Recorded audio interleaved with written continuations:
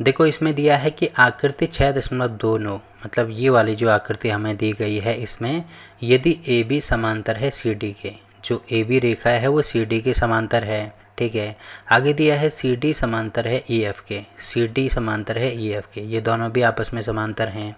और वाई अनुपात जेड हमें दिया है 3:7, तो वाई और जेड इनका अनुपात हमें दिया है 3 और 7 के बराबर है, तो हमें एक्स की वैल्यू निकालनी है। तो इनको मैं कैसे निकाल सकता हूँ, देखो इनको सॉल्व करने के लिए मैंने आपको पिछली वाली वीडियो में भी बोला था कि आपको समांतर वाला कॉन्सेप्ट पता होना चाहिए, ठीक है। जैसे दो रेखाएं अगर आपस में समांतर होते हैं तो उसमें जो शीर्षाभिमुख तो नहीं आता है, बट शीर्षाभिमुख तो आपको पता है ना कि शीर्षाभिमुख कोण पहले तो आपस में बराबर होते हैं, पहली चीज़ ये होती है।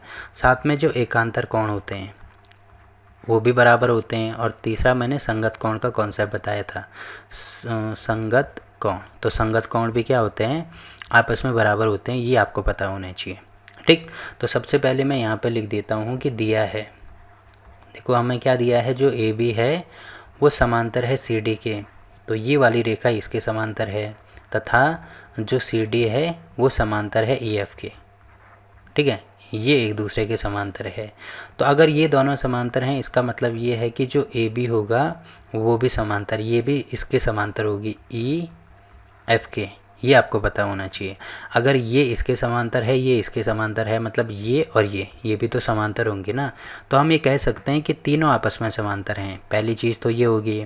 अब देखो रेखाएं अगर आपस में समांतर होगी तो इसका मतलब क्या होता है कि उनके संगत कोण बराबर होते हैं। तो पहली चीज़ तो हमें ये भी दी है यहाँ पे कि y अनुपात z हमें दिया है 3:7। तो अनुपात का मतलब भी मैंने आपको बताया था, अनुपात का मतलब जहाँ पे अनुपात है उसको हटा के मैं बटे लिख सकता हूँ, ठीक है। अब देखो जैसे आपने भिन्न में पढ़ा होगा, जैसे कहीं पे 1/2 प्लस 1/3, ये भी मैं आपको बता चुका हूँ कि हर समान करते हैं पहले इनको सॉल्व करने के लिए। हर समान करने के लिए क्या करते हैं, अगर किसी संख्या से यहाँ पे गुणा करते हैं तो ऊपर भी करना होता है, वैसे किसी संख्या से इसमें अगर गुणा करते हैं तो ऊपर भी करना होता है। तो यहाँ पे हमें वो चीज़ नहीं पता ना कि किस संख्या से गुणा किया जा रहा है। तो मान लीजिए वो संख्या x है, तो ऊपर भी x से गुणा करना होगा, नीचे भी, मतलब जैसे यहाँ पे नीचे गुणा किया उसी संख्या से ऊपर किया, वैसे ही यहाँ पे गुणा किया उसी संख्या से ऊपर किया। इसका मतलब यहाँ पे मैं x से यहाँ भी गुणा करूँगा, यहाँ भी गुणा करूँगा, ठीक है, वही चीज़ आ रही है। तो आप इसमें कन्फ्यूज़ नहीं होना कि मैंने x कहाँ से लिखा है। इसका मतलब y की वैल्यू, देखो y पहले है, इसका मतलब जो पहली वैल्यू है वो y की है, तो y बराबर हो जाएगा 3x और z बराबर हो जाएगा 7x। तो y और z की वैल्यू हमने यहाँ से निकाल दी। अब एक चीज़ आप यहाँ पर देख रहे होंगे कि जो z है, और यहाँ पे मान लीजिए ये वाला, इनको मैं नाम दे देता हूँ। मान लीजिए ये वाला यहाँ पे है कोण 1, यहाँ पे मैं अलग नाम दे देता हूँ। ये है कोण 1, ये है कोण 2, ये है कोण 3, ये वाला मान लीजिए कोण 4, ये कोण 5, कोण 6, कोण 7, ये वाला है कोण 8 और ये वाला है कोण 9। इससे हमें आसानी होगी, ठीक है। तो ये वाला जो कोण है, ये और ये, अभी मुझे केवल इन दोनों से मतलब है, ये वाला और ये वाला आपस में बराबर होंगे। यहाँ पे मैं लिख देता हूँ कि कोण z बराबर होगा कोण 4 के। अब क्यों बराबर होगा, क्योंकि ये एक दूसरे के क्या हैं, संगत कोण हैं, और संगत कोण आपस में बराबर होते हैं। ये कॉन्सेप्ट मैं आपको पिछली वाली वीडियो में बता चुका हूँ, ठीक है। संगत कोण का मतलब क्या होगा, जैसे अगर मैं ये पूरी लाइन को ऊपर लेके जाऊँ तो ये वाला कोण इसके बराबर होगा, ये वाला कोण इसके बराबर, ये वाला इसके बराबर, ये वाला इसके बराबर। तो एक बार मैं दोबारा दिखा देता हूँ आपको, ठीक है। देखो इस प्रकार से रेखा है ना, तो ये वाला कोण इसके बराबर होगा। क्यों होगा, क्योंकि इस रेखा को मैं धीरे धीरे धीरे धीरे अगर ऊपर लेके जाता हूँ तो यहाँ पे आप देख रहे होंगे कि दोनों कोण एक ही साइड में आ रहे हैं ना, दोनों कोण एक साइड में आ रहे हैं। इसका मैं थोड़ा नीचे लेके जाता हूँ तो ये वाला कोण इसके साथ में आ रहा है, ये वाला कोण इसके साथ में आ रहा है। आप देख सकते हैं यहाँ पे कि दोनों एक ही साइड आ रहे हैं, मतलब बराबर हैं, ठीक है। तो ये कॉन्सेप्ट आपको पिछली वाली वीडियो में भी बताया था और यहाँ पे भी मैंने बता दिया। तो ये चीज़ है और इसी को हम संगत कोण कहते हैं। तो अभी मुझे केवल इससे मतलब है, तो कोण z बराबर है कोण 4 के। अब आप यहाँ पे देख रहे होंगे कि पहली चीज़ तो मैंने ये लिख दी, उसके बाद यहाँ पे देख रहे होंगे एक सरल रेखा बन रही है ये वाली, और सरल रेखा के एक और कितने का कोण बनता है, 180 का कोण बनता है, मतलब कोण y प्लस कोण 4, इसकी वैल्यू किसके बराबर होगी, 180 के बराबर।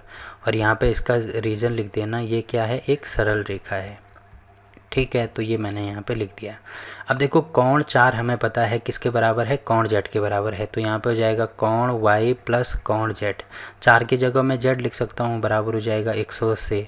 और y और z हमें यहाँ पे पता है, तो y की वैल्यू कितनी है 3x प्लस z की वैल्यू है 7x बराबर 180।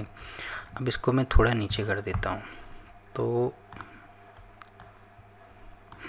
अब आप यहाँ पे देख रहे होंगे कि इन दोनों को जोड़ दो तो 7 और 3 कितना होता है 10, तो 10x बराबर हो जाएगा 180।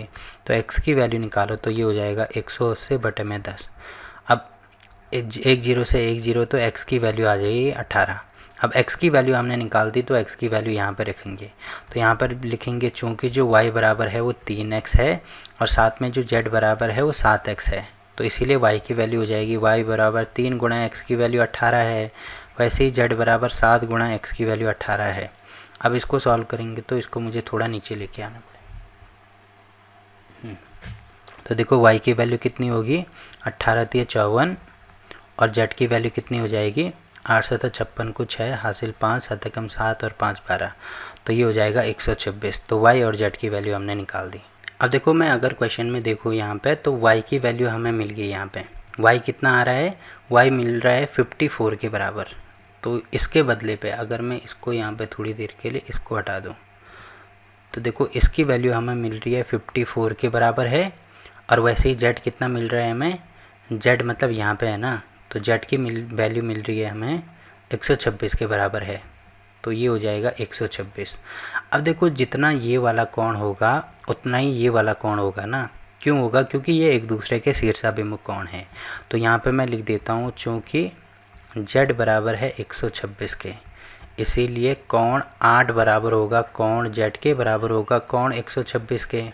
अब क्यों होगा, क्योंकि ये एक दूसरे के शीर्षाभिमुख कोण हैं, शीर्षाभिमुख कोण, ठीक है, शीर्षाभिमुख कोण है इसीलिए बराबर होंगे। अब जितना कोण 8 होगा उतना ही कोण x होगा, क्योंकि अगर मैं इस लाइन को ऊपर लेके जाता हूँ तो 8 और x बराबर होंगे ना, तो यहाँ पे मैं लिख दूंगा कोण x बराबर होगा कोण 8 के बराबर होगा कोण 126 के। क्यों होगा, क्योंकि ये एक दूसरे के संगत कोण है, जो कि मैंने अभी आपको बताया कि इस लाइन को पूरा अगर मैं इसके ऊपर लेके जाता हूँ तो 8x के बराबर होगा ना, 8x के संगत है, इसीलिए ये आपस में बराबर हैं और यही चीज़ हमें निकालनी थी, इसीलिए कोण x बराबर हो जाएगा 126 के। ठीक, तो ये हमने शो करके दिखा दिया। बाकी इसको तक करने के बाकी और भी तरीके हैं, बट जो भी तरीका आपको सही लगता है उससे आप इसको सॉल्व कर सकते हैं। तो फ़िलहाल मैंने ये तरीका आपको बताया है, तो इससे आप इसको बड़ी आसानी से सॉल्व कर सकते हैं। केवल आपको ये चीज़ें पता होनी चाहिए। देखो जब भी दो रेखाएं समांतर होती हैं तो इसमें एकांतर कोण और संगत कोण तो आपको पता ही होना ही चाहिए। एकांतर और संगत कोण क्या होता है, देखो एकांतर मैंने आपको बताया था जहाँ पे उल्टा z बनता है, तो उल्टा z बनने का मतलब क्या है, आप देख रहे होंगे कि यहाँ पे इस प्रकार से उल्टा z बन रहा है, तो ये वाला जो कोण होता है वो इसके बराबर होता है। वैसे ही अगर उल्टा z भी बनता है तो देखो ये वाला एक z बन रहा है ना, तो ये वाला कोण इसके बराबर होगा। पहली चीज़ तो एकांतर कोण में ये होगी। वैसे ही साथ में संगत कोण में क्या होता है कि इसको ऐसे समझना है कि ये पूरी लाइन को ऊपर लेके जाते हैं तो ये वाला कोण इसके बराबर आएगा, ये वाला कोण इसके बराबर, ये वाला कोण इसके बराबर और ये वाला कोण इसके बराबर, इसको कहते हैं संगत कोण। और शीर्षाभिमुख तो आपको पता ही होगा, शीर्षाभिमुख में समांतर की आवश्यकता नहीं पड़ती है। कोई भी लाइन अगर आपस में कट करती हैं और जिस बिंदु पर कट करेंगे तो इनके शीर्ष, देखो शीर्ष यहाँ पे मिल रहे हैं, तो ये वाला कोण इसके बराबर होगा। शीर्षाभिमुख शीर्ष हैं और साथ में एक दूसरे के उल्टे हैं, इसीलिए इसको विमुख कहा गया, और ये वाला कोण इसके बराबर है। तो ये तीनों कोणों के बारे में आपको पता होना चाहिए। ठीक, तो ये चीज़ यहाँ पे कंप्लीट होती है। और क्लास 9 के सभी चैप्टर की वीडियो आपको नीचे डिस्क्रिप्शन में मिल जाएगी, तो वहाँ पे जाके आप किसी भी चैप्टर की कोई सी भी वीडियो देख सकते हैं। तो फिलहाल के लिए इस वीडियो में इतना ही। वीडियो अच्छा लगा तो वीडियो को लाइक कीजिए, शेयर कीजिए अपने दोस्तों के साथ और चैनल को सब्सक्राइब करना ना भूलें। तो मिलते हैं आपसे एक और नई वीडियो में, तब तक के लिए बाय बाय।